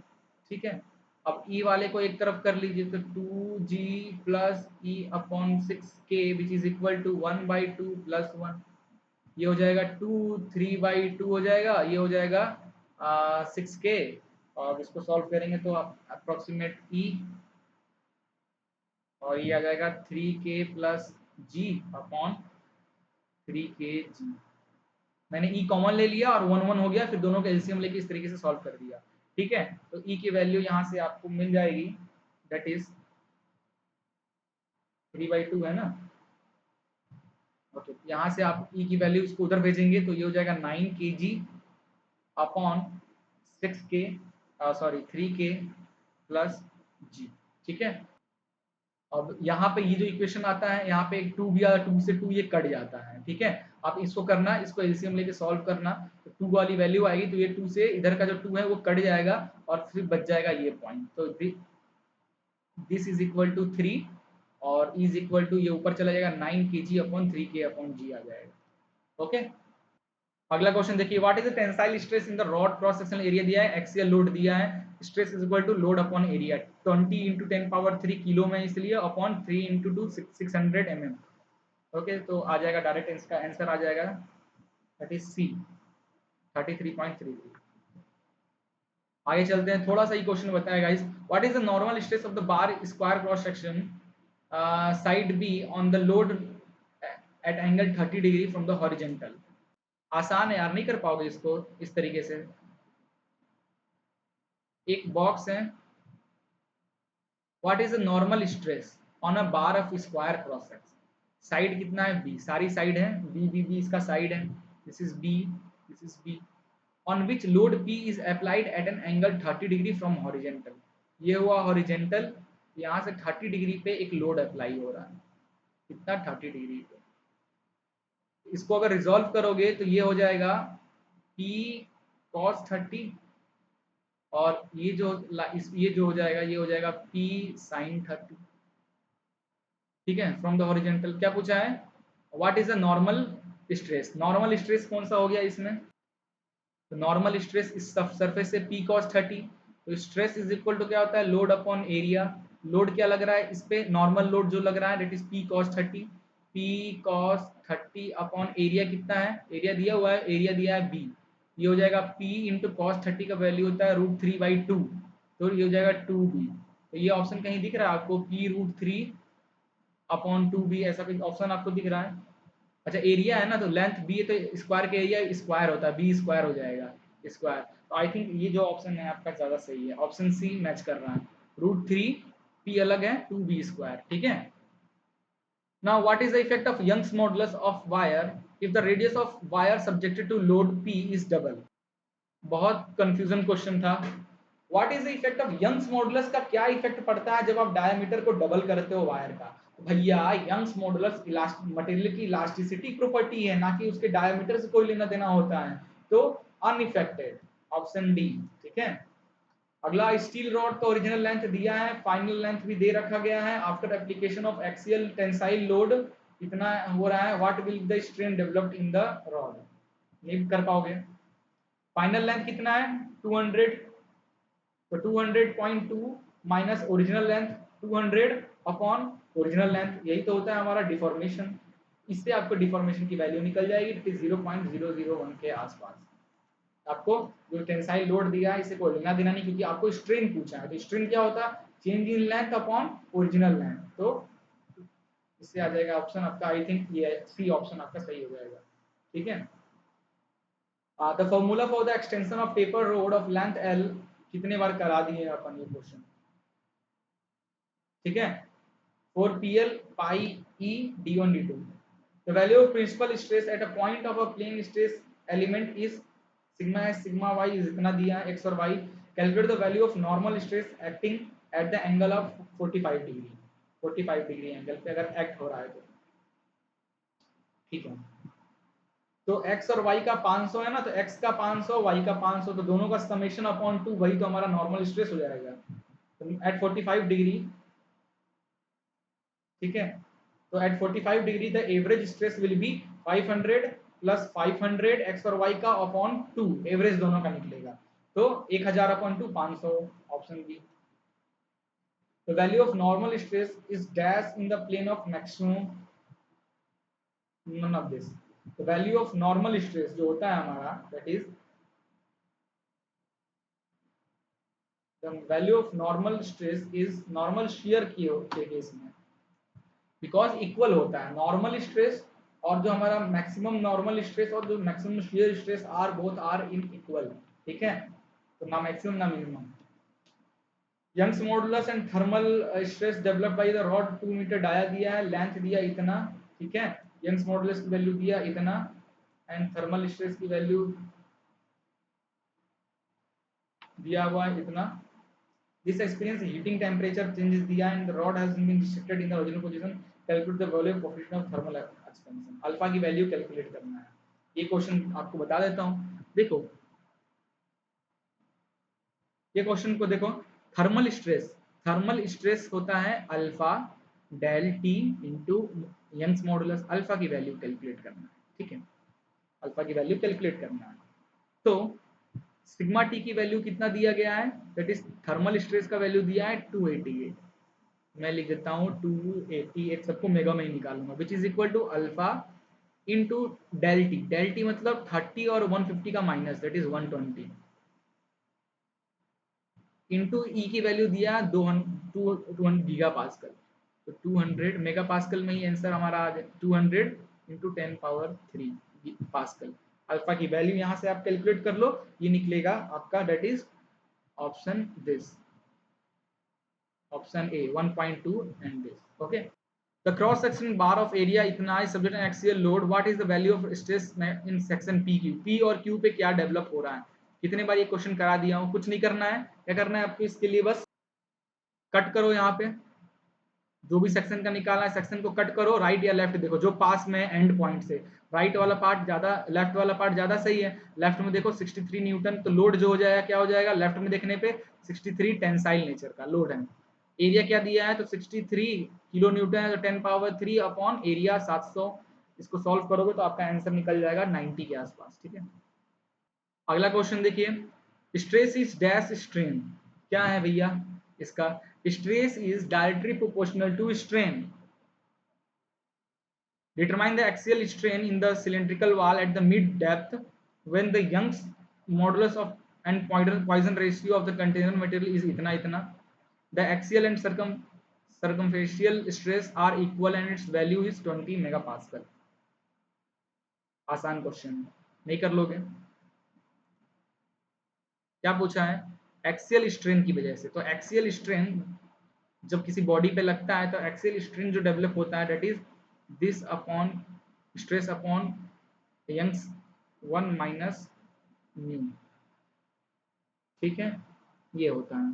सिग्मा की वैल्यू दी गई है आपकी, सिग्मा की वैल्यू दिया है 20, ई की वैल्यू दिया है आपका, ई की वैल्यू कितनी दी है 200 दिया है, तो 200 गीगा है, तो 10 पावर 3 कर लीजिए, 1 माइनस म्यू, म्यू की वैल्यू दी रखी गई है, कितना दिया है 0.6, बस सॉल्व करो इसको, आपका आंसर आ जाएगा 4 इंटू 10 पावर-5 के आसपास। ऑप्शन क्वेश्चन ये देखिए, question 90, elongation is steel bar having a square cross sectional area, तो एरिया दे रखा गया, कितना दिया है एरिया आपको, square cross sectional having 250 mm which is, ये दिया है, which is subjected to an axial compressive load, load की वैल्यू दी है, तो length of the bar, length of the bar दिया दे रखा गया है, एल की value, and modulus of elasticity ई की वैल्यू दे रखा गया है, what is the dimension of the square cross sectional, the elongation नहीं मतलब डेल का वैल्यू दे रखा गया है, तो डेल इज इक्वल टू क्या होता है पी एल अपॉन ए ई, ये एरिया निकालना है आपको, डेल दे रखा गया है, पी दिया है, एल दिया है, ई दिया है, एरिया निकाल लो, और इससे जो आंसर आएगा 1600 के आसपास आएगा, ठीक है, 1600 के आसपास आएगा आपका आंसर, mm स्क्वायर, 1600 मतलब 40 इंटू 40, ऑप्शन बी आपका सही हो जाएगा। Steel rod Young's modulus, okay, वही स्टील रॉड विद डायमीटर दिया है, thermal Young's modulus, what is the value change in temperature, del T find करना है, थर्मल स्ट्रेस, थर्मल स्ट्रेस का फॉर्मूला लिखिए भाई, डेल टी आपको फाइंड करना है, थर्मस अल्फा डेल टी और ई, डेल टी आपको फाइंड करना है, अल्फा दिया है, कितना दिया है, दिस अल्फा दिया है, ई की वैल्यू दी है, यंग्स मॉडुलस थर्म दिया हुआ है, ई की वैल्यू दी हुई है, सिग्मा टी की वैल्यू दी है, पुट करो और अल्फा निकल जाएगा, डेल टी निकल जाएगा। ये आपका आएगा लगभग 120 के आसपास आंसर, ठीक है। अगला क्वेश्चन है मोर सर्कल से रिलेटेड। तो अभी तो मोर सर्कल अभी हमने प्रिंसिपल स्ट्रेस एंड स्ट्रेन में पढ़ेंगे, जब पढ़ेंगे तब इसको हम कराएंगे, बट अगर आप पढ़ चुके हो तो इसका आंसर हो जाएगा 40। आप करके देख लेना लास्ट, जब मैं मोर सर्कल जब बता दूंगा उसके बाद ये चीज आपको फिर से कराऊंगा। अगला है रॉड डायमेंशन एरिया निकाल लो, 20x20 एरिया हो गया, एक्सियल लोड आपको दिया हुआ है, elasticity then strain, direct question है, डायरेक्ट निकल जाएगा, ठीक है। That is strain del L upon L, this is क्या है, strain is equal to del L upon L, and strain is also is equal to क्या हो जाता है, पी अपॉन ए ई हो जाएगा, ठीक है। ये फॉर्मूला समझ में आ रहा है ना, नहीं समझ में आ रहा दिमाग लगाओ, समझ में आ जाएगा, ठीक है। तो क्या निकालना है, strain induce due to load, तो strain is equal to load कितना है भैया, लोड आपका दिया हुआ है 10, तो 10 इंटू 10 पावर 3 गीगा है, तो नीचे एरिया 20x20 इंटू 250 आपका इलास्टिसिटी, सॉल्व करोगे तो आंसर 0.1 आ जाएगा, option A. Determine the change in volume of a block of length 15, width इतना, हाइट इतना, undergoes a volumetric strain is इतना।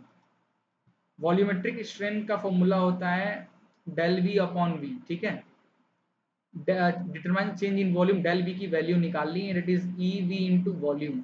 ई वी दिया हुआ है आपका 1/2500 इंटू वॉल्यूम क्या हो जाएगा, length breadth height, 15 into 10 into 8, ठीक है।